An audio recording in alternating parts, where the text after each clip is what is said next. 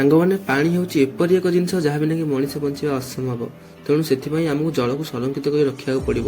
ଏହି ଜଳକୁ ସଂରକ୍ଷିତ କରି ରଖିବା ପାଇଁ ଦୁନିଆର ଅନେକ ନଦୀ ଉପରେ ଅନେକ ଡ୍ୟାମ୍ ତିଆରି ହୋଇଛି। ଆମ ଦେଶ ଭାରତରେ ମଧ୍ୟ ଅନେକ ଡ୍ୟାମ୍ ଅଛି। ଆଜି ଆମେ ଦେଖିବା ଭାରତର ଟପ୍ 5 ବଡ଼ ଓ ପାୱାରଫୁଲ୍ ଡ୍ୟାମ୍। ତା ପୂର୍ବରୁ ଆପଣମାନେ ଯଦି ଚ୍ୟାନେଲରେ ନୂଆ ଆସିଛନ୍ତି ଭିଡ଼ିଓଟା ଲାଇକ୍ ଓ ଚ୍ୟାନେଲକୁ ସବସ୍କ୍ରାଇବ୍ କରିଦିଅନ୍ତୁ। ଚାଲନ୍ତୁ ଭିଡ଼ିଓ ଡେରି ନ କରି ଆଗକୁ ବଢ଼ିବା। ନମ୍ବର 5 ନାଗାର୍ଜୁନ ସାଗର ଡ୍ୟାମ୍। ନାଗାର୍ଜୁନ ସାଗର ଡ୍ୟାମ୍ କୃଷ୍ଣା ନଦୀ ଉପରେ ନିର୍ମାଣ ହୋଇଛି ଓ ଏହି ଡ୍ୟାମ୍ ତେଲେଙ୍ଗାନା ସବୁଠାରୁ ବଡ଼ ଡ୍ୟାମ୍ ଅଟେ। ଏହି ଡ୍ୟାମ୍ 1955ରୁ 1967 ମସିହା ମଧ୍ୟରେ ନିର୍ମାଣ ହୋଇଥିଲା। ଏହି ଡ୍ୟାମ୍ରେ 26ଟି ଦ୍ୱାର ଅଛି ଓ ଏହି ଡ୍ୟାମ୍ 815.6 ମେଗାୱାଟ୍ ବିଦ୍ୟୁତ୍ ଉତ୍ପାଦନ କରିଥାଏ। Number 4 Hirakud dam. Hirakud dam ଓଡ଼ିଶାର ସମ୍ବଲପୁର ଜିଲ୍ଲାରେ ଅବସ୍ଥିତ। ଏହି ଡ୍ୟାମ୍ ମହାନଦୀ ଉପରେ ନିର୍ମାଣ ହୋଇଛି। ହୀରାକୁଦ ଡ୍ୟାମ୍ ଓଡ଼ିଶାର ସବୁଠାରୁ ବଡ଼ ଡ୍ୟାମ୍ ଅଟେ। ଏହି ଡ୍ୟାମ୍ ଦୁନିଆର ଲଙ୍ଗେଷ୍ଟ ଡ୍ୟାମ୍ ମାନଙ୍କ ମଧ୍ୟରେ ଗଣାଯାଇଥାଏ। ଏହି ଡ୍ୟାମ୍ର ଲମ୍ବା 26 କିଲୋମିଟର ଓ ଏହାର ଉଚ୍ଚତା 61 ମିଟର ହୋଇଥାଏ।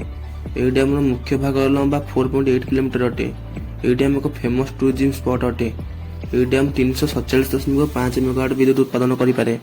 Number 3 Sardar Sarovar dam. ଏହି ଡ୍ୟାମ୍ ଗୁଜରାଟର ନର୍ମଦା ନଦୀ ଉପରେ ନିର୍ମାଣ ହୋଇଛି। ଏହି ଡ୍ୟାମ୍ର ଲମ୍ବା 1210 ମିଟର ହୋଇଥିବା ବେଳେ ଏହାର ଉଚ୍ଚତା 163 ମିଟର ଅଟେ। ଏହି ଡ୍ୟାମ୍ 1400 ମେଗାୱାଟ୍ ବିଦ୍ୟୁତ୍ ଉତ୍ପାଦନ କରିପାରେ।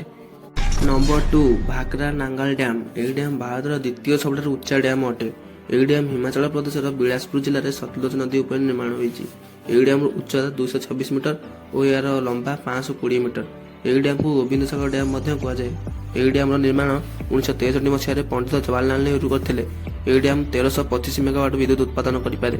ସାଙ୍ଗମାନେ କଥା ହେବା ଭାରତର ସବୁଠାରୁ ବଡ଼ ଡ୍ୟାମ୍ ବିଷୟରେ। ତେହେରି ଡ୍ୟାମ୍। ଭାରତର ସବୁଠାରୁ ବଡ଼ ଡ୍ୟାମ୍ ହେଉଛି ତେହେରି ଡ୍ୟାମ୍, ଯାହାକି ଉତ୍ତରାଖଣ୍ଡର ତେହେରି ନାମକ ଜିଲ୍ଲାରେ ନିର୍ମାଣ ହୋଇଛି। ଏହି ଡ୍ୟାମ୍ ଭାଗୀରଥୀ ନଦୀ ଉପରେ ନିର୍ମାଣ ହୋଇଛି। ତେହେରି ଡ୍ୟାମ୍ ବିଶ୍ୱର 8ମ ସବୁଠାରୁ ବଡ଼ ଡ୍ୟାମ୍ ଅଟେ।